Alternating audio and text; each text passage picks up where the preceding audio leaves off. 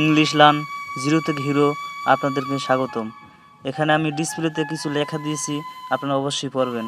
আমি এরকমভাবে বলতেও পারি না, আমার কথায় যদি কোনো ভুল হয় অবশ্যই আপনারা আমাকে মাফ করবেন। ইংলিশ শুরু করতে গেলে অবশ্যই আমাকে সেন্টেন্স জানতে হবে, না হলে জানতে পারবো না। যেমন আমি সেন্টেন্স থেকে শুরু করলাম। সেন্টেন্স অর্থ বাক্য। What is sentence? বাক্য কি? মনের ভাব সেন্টেন্সের মাধ্যমে প্রকাশ করতে হয়। কতগুলো অর্থ একত্রিত গঠিত হয়ে সেন্টেন্স গঠিত হয়, এগুলো সেন্টেন্স। মূল যে বেসিকটা সেটাই আমি আপনাদের সঙ্গে তুলে ধরলাম, এ না হলে আপনারা শিখতে পারবেন না। তাই আমি চিন্তা করে একটা এক্সাম্পল বেছে নিলাম। মিলন ইটস রাইস। মিলন একটি অর্থ, ইটস একটি অর্থ, রাইস একটি অর্থ, সব মিলে গঠিত হয় সেন্টেন্স। সেন্টেন্স ভালো করে শিখবো, এতে করে আমাদের অবশ্যই উপকৃত হবে। এবার বলবো ক্লাসিফিকেশন অফ সেন্টেন্স। অর্থগত দিক থেকে ইংলিশ সেন্টেন্সগুলোকে 5 ভাগে ভাগ করা যায়। অ্যাসার্টিভ সেন্টেন্স বর্ণনামূলক বাক্য, ইন্টারোগেটিভ সেন্টেন্স প্রশ্নবোধক বাক্য, ইম্পারেটিভ সেন্টেন্স অনুজ্ঞাসূচক বাক্য, অপটেটিভ সেন্টেন্স প্রার্থনামূলক বাক্য, এক্সক্লামেটরি সেন্টেন্স বিষয়ক সূচক বাক্য। এবার দেখলাম 5 ভাগের সেন্টেন্সের অর্থগত দিক থেকে সব। এবার আমরা অ্যাসার্টিভ সেন্টেন্স নিয়ে একটু সংক্ষেপে আলোচনা করব, যাতে আপনারা একটু ধারণা পান। অ্যাসার্টিভ সেন্টেন্স বর্ণনামূলক বাক্য।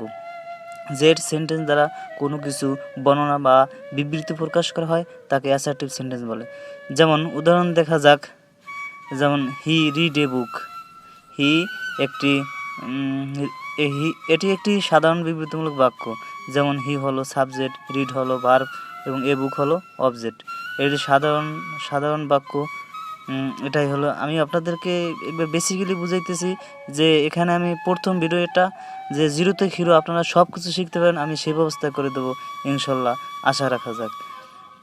এখানে আমরা অ্যাসার্টিভ সেন্টেন্স দেখলাম। যে চিন্তা করেন, আমাদের শিখতে হলে অবশ্যই জানতে হবে এটার মূল। এবার আমরা 2 নম্বরটা দেখব, ইন্টারোগেটিভ সেন্টেন্স প্রশ্নবোধক বাক্য। যে সেন্টেন্স দ্বারা কোনো প্রশ্ন করা হয় তাকে ইন্টারোগেটিভ সেন্টেন্স বলে সাধারণভাবে। এই ধরনের সেন্টেন্সে auxiliary verb am, is, are, was, were, have, has, had modal auxiliary verb হিসেবে can, could, shall, should, will, would, need ইত্যাদি, must, WH question, WH who, where ইত্যাদি ব্যবহার করা হয়। উদাহরণ হিসেবে দেখা যাক, do you need some money, is he your brother, should I call you. এখানে অক্সিলারি ভার্ব সবসময় আগে আসবে, তারপর সাবজেক্ট, তারপর মূল ভার্ব। এটাই দেখা সাধারণভাবে বললাম, ভবিষ্যতে আরও পুরোপুরি আলোচনা করব। ইম্পারেটিভ সেন্টেন্স অনুজ্ঞাসূচক বাক্য।